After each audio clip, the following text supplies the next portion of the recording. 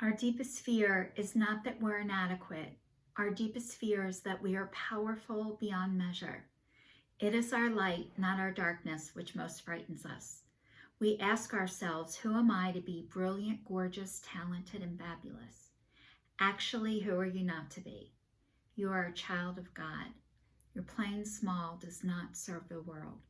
There is nothing enlightened about shrinking so that other people will not feel insecure around you. We are all meant to shine as children do. We were born to make manifest the glory of God that is within us. It is not just in some of us, it is in everyone. And as we let our own light shine, we unconsciously give others permission to do the same. As we are liberated from our own fear, our presence automatically liberates others. Marianne Williamson. I'd like to say hello and welcome. My name is Michelle Kelly.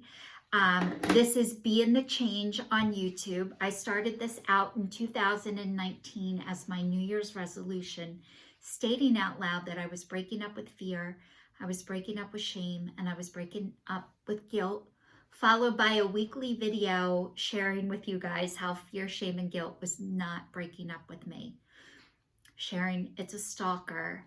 It's with me every day, and I have to walk through it and work through it, which is what I'm still doing. 2020 was to be kinder and more compassionate to myself and others, which I'm still working on. 2021 was to break up with processed sugar, which I did not do until last year. So I am now today, April 6th, 2023, I am 11 months abstinent of sugar, flour, wheat, and caffeine. So I've been addressing my lifelong food addiction. 2022 was to attach an income to what it is that I do. And I was sharing with you guys that I got, I guess, a W-2 form from a song that I wrote years ago, Hey Cole Swindell, So Worth the Whiskey, and it's on Spotify and iTunes. It's on YouTube too. So it was just a small amount of money for royalties, and I had to use the money that I got to keep it on Spotify and Apple Music, which is great. And then this last Thursday, I got my first check deposited in my account from Facebook/Meta, my first being an influencer check. It must have to be over like $25 before they'll send it out to you. So I kept getting invoices for a couple of months since last year and no money. And then last week I got a check deposited. So that was like huge. So that was a year after I thought it was going to be. And then 2023 is to not weigh myself every single day, which I started this New Year's off weighing myself every other day. And with it about 3 weeks ago, a little over 3 weeks ago, I was able to put the scale away in the back of a closet with the batteries out. And I forgot to tell you this. Somebody suggested to put something else in the place of where my scale was, which it was in my downstairs bathroom. And you guys, I would strip naked in the morning, take all my clothes off, and weigh myself. And that dictated how I felt about myself, which was usually pretty shitty. So that would set the tone for my day. And this is I am somebody who's been in recovery from alcohol and drug addiction since 18 years old. I'm now 51. So this is me with all of my positive things that I know. And just because I know them doesn't mean it's easy to implement it into my life. And so somebody suggested to put something where my scale was. And one of the times my girlfriends came over, we are reliving our life, our childhood as adults. So we are creating happy childhood memories as adults. So we painted these coasters. I got this idea on either TikTok or Instagram. We made coasters, put pictures on them, So cool. And I have one that says, "But I love it, God." And it's Jesus with a big teddy bear behind his back. And then there's a little girl with her little teddy bear, like not wanting to give her teddy bear because it's her favorite thing. And here behind Jesus's back, he has like a huge teddy bear that he's about to switch. So that is in the place of my scale on the floor. And I don't want to step on Jesus. So I was able to put something in place of it. And, you know, last week I was talking about the disease of addiction, and it is a disease and it is a sickness, and it's not anybody's fault that you have it or that you suffer with it. And I've known this, you know, I've heard it was a disease my whole life, but it felt like bullshit and an excuse. And it didn't feel like bullshit and an excuse when I have it. It feels like bullshit and an excuse when you're in it. So, you know, what I'm learning now and what I've been learning is when you take away an addiction, you have to replace it with something else, something positive, something, you know, if you used to drink every day from 5 o'clock on, that you can't just stay in the same environment you're in and not drink from 5 o'clock on. Like chances are you have to change your routine, change your schedule. If you drank in your house, you need to leave your house. If you know, certain things, you just can't keep doing things the same way and expecting them to be different. And, you know, that's what I've learned. It's insanity. And the definition of insanity is doing the same things over and over again, expecting different results. And then I heard there was another way to describe insanity, which is doing nothing, expecting things to be different. And that's what I used to do. I used to do nothing and hope and pray it would be different. And taking the action is the hardest part of once you find out you have an addiction, is being able to address it. And taking that action, taking that first step is the hardest. And once you take the first step, it's a little bit easier to take the second step. And then it might be a little bit easier to take the third step.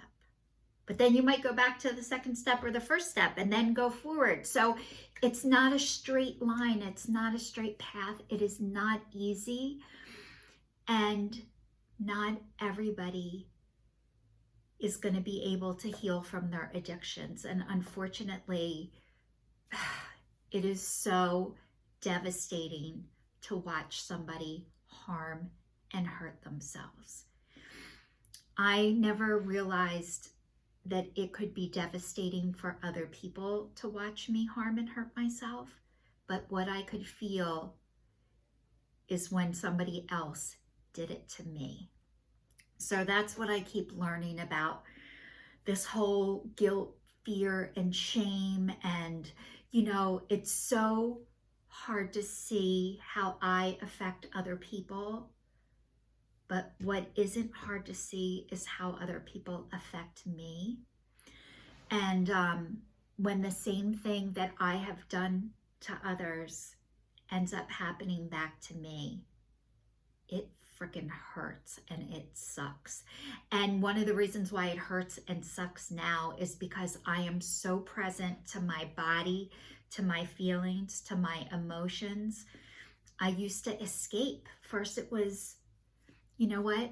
My first addiction was food and candy. And it was the first thing I could use to push my feelings back down, to not feel.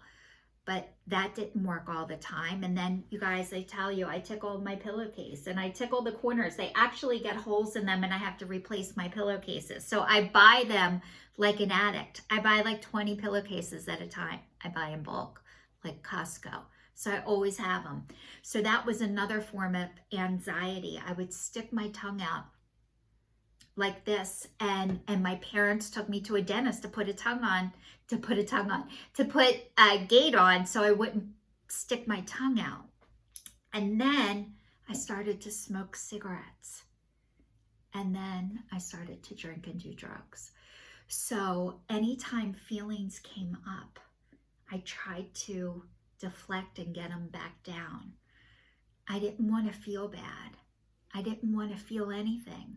And I think the reason why I didn't want to feel anything, because, you know, I got told growing up, I'm too sensitive.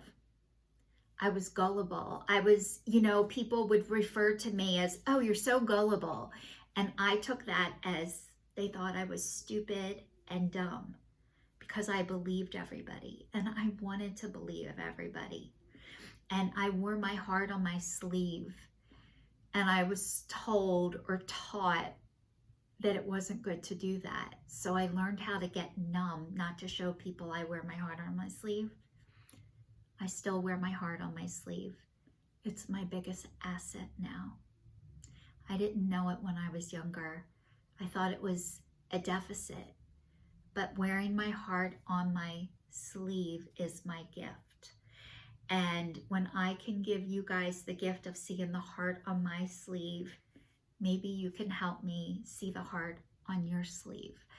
And it's not easy. It is very painful. Showing up for my life, doing action, getting rejected. Nobody likes that. It sucks. But guess what? Being present is a whole lot better. So now I am out of all my addictions that I know of, I'll tell you. So being out of all my addictions is a day-by-day thing. And today is 11 months with no sugar, no flour, no wheat, no caffeine. But even though I can't eat that stuff, there's other stuff that I can eat. And I'm really enjoying the foods that I can eat. I used to think, oh my God, if I had to give up like all my food stuff, I'll have nothing left. And that's what I used to believe. I'll have nothing left. And that wasn't true. I have a lot left. I have myself, and I have God, and I have people, and I have my dancing, and I have my friends. I have connections. I have love, and I can be loved now. And that is worth giving all my addictions up for. So this is your sign signing off. Stay tuned, stay safe, and I will see you all next week. Thanks for watching.